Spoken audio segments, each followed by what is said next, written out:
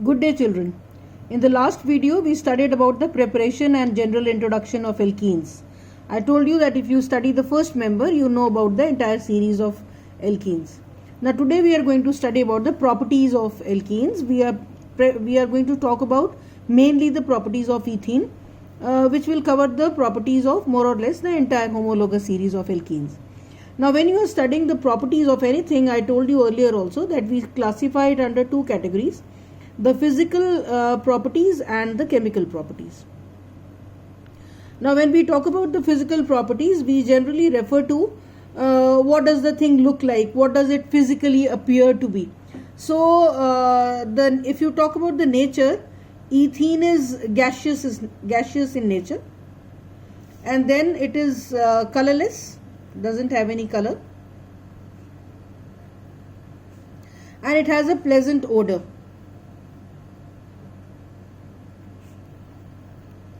Regarding the solubility, it is partially, just slightly soluble in water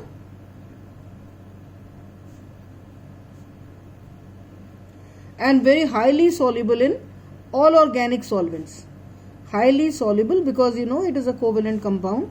So they are all soluble in organic solvents. To name a few, organic solvents are benzene or alcohol or acetone or benzene or any alcohol. All of them are solvents. So these were the physical properties. Coming to the chemical properties of ethene. I hope you remember that ethene is the one which has a double bond between the carbon atoms, and commonly it is also known as ethylene. Alright, now chemical, please listen to this. Addition reactions. Addition reactions are characteristic of alkenes. Now this can be one of the reasoning questions. So if you will understand, then you can write the reason yourself. Addition basically refers to when what you have continues to be there and something new comes and attaches itself. For example, suppose you have 3 mangoes and somebody gives you 2 more. Now the meaning of addition is that these 3 mangoes which you already had, they continue to be with you, and the other 2 are added to the already existing mangoes. So this is what you mean by addition. Now in case of alkenes, when there is a double bond between the carbon atoms, one of the bond is weak. When this bond which is weak, it will break down, both the carbon atoms will have 1 electron available. One strong bond will continue to be there and 1 electron will be free with both the carbon atoms. So whatever you are going to add here, that is going to attach itself to the 2 electrons which are now available due to the breaking of the bond. Now because the bond has broken and the electrons are available, addition is possible in case of olefins or in case of alkenes or ethene in this case. I will take an example. So suppose hydrogen is added to ethene. The process is known as hydrogenation. So what is hydrogenation? The process of adding hydrogen to alkenes or to the unsaturated hydrocarbons is known as hydrogenation. Now this is ethene molecule. I will draw the structural formula so that you exactly understand what we are talking of. So this is hydrogen in the presence of the catalyst nickel. It may be nickel or palladium or platinum. I am saying or, you don't need to write all 3 of them, either of them, at a temperature of 300 degrees Celsius. So what happens is, this ethene molecule, you will continue to write it as it is, only in place of the double bond, this double bond, you have written a single bond. Now because one bond has broken, both the carbon atoms have 1 electron available. To this available electron, these two hydrogen atoms, they combine one with one carbon atom and another with another carbon atom. Now this can also be written as CH3 single bond CH3, which is known as ethane. So basically what has happened, ethene has converted to ethane by the addition of hydrogen, which will take place only in the presence of a catalyst at the temperature of 300 degrees. So the process is also known as catalytic hydrogenation. Catalytic hydrogenation. The hydrogenation means addition of hydrogen has taken place in the presence of a catalyst. Now just as hydrogen has added itself, other things can also add themselves to alkenes. For example, let's talk of now the second addition reaction, which is known as halogenation. Halogenation, which means addition of a halogen. Addition of halogen to ethene. Now this is the ethene molecule, which has two hydrogens attached to it. If you react it with, say, chlorine, the reaction will take place in the presence of an inert solvent, which is called CCl4. It is an inert solvent. Okay. Now, as I told you earlier, one of the bonds is weak, so the weak bond will break. And what are we left with after the breaking of the bond?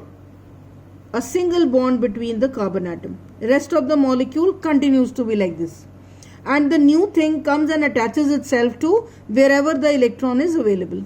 Now, after the breaking of the bond, the carbon atoms have one available electron. So, one chlorine attaches over here, another chlorine attaches over here. The molecule now becomes 1, 2, carbon atom number 1, carbon atom number 2. 1, 2 dichloro, because both of them happen to be chlorine, so you call it dichloro. And the parent molecule is with two carbon atoms, eth, and a single bond between them, so ane. 1, 2 dichloroethane. So this is a halogenation reaction. Because chlorine is adding over here, this reaction is also called chlorination. This is called chlorination. Similarly, bromine can also add to it. The reaction will be known as bromination. Exactly the same way, we have a ethene molecule with a double bond with the carbon atom. Here bromine will add itself. By the way, bromine happens to be liquid at room temperature, so it is also referred to as bromine water, and it happens to be brown in color.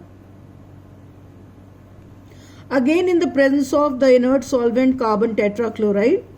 Now what will happen? Again, the weak bond will break. So write the remaining molecule as it is. Write the whole molecule as it is. Only the double bond between the two carbon atoms breaks down, leaving one electron each with the carbon atoms. To the available electrons, these bromine atoms combine themselves or add themselves, attach themselves. That is why the reaction is known as addition reaction. And this happens to be colorless.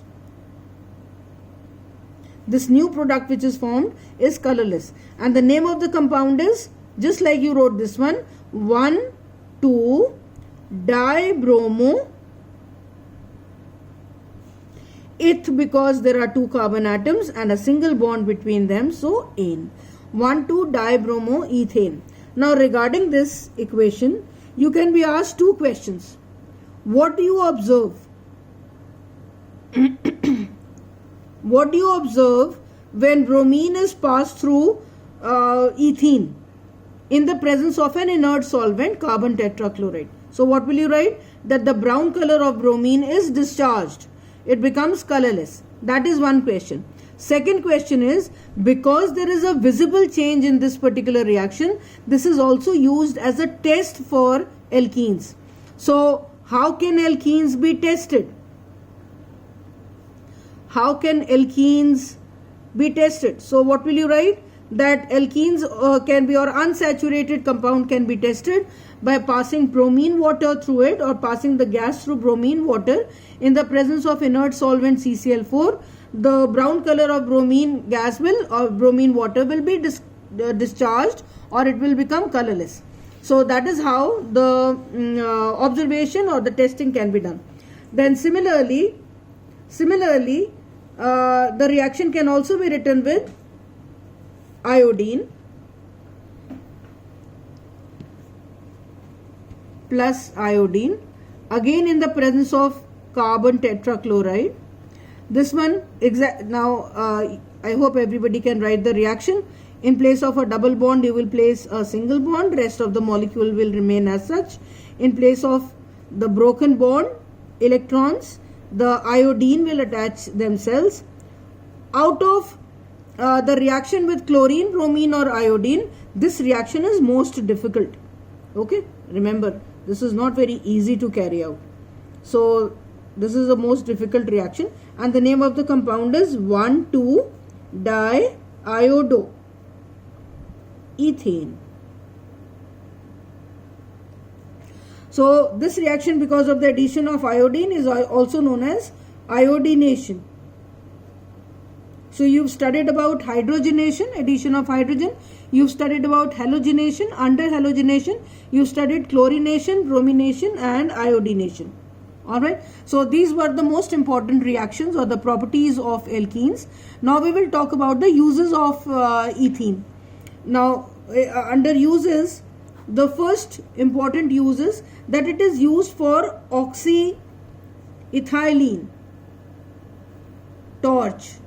Torch means actually when ethylene burns in the presence of oxygen, it generates a very high temperature, about 3000 degrees Celsius. So it is used for cutting and welding of metals. Cutting and welding of metals. This is a very important use. Second, it is also used for, you've already seen, catalytic halogenation. Catalytic halogenation leads to the production of so many different compounds.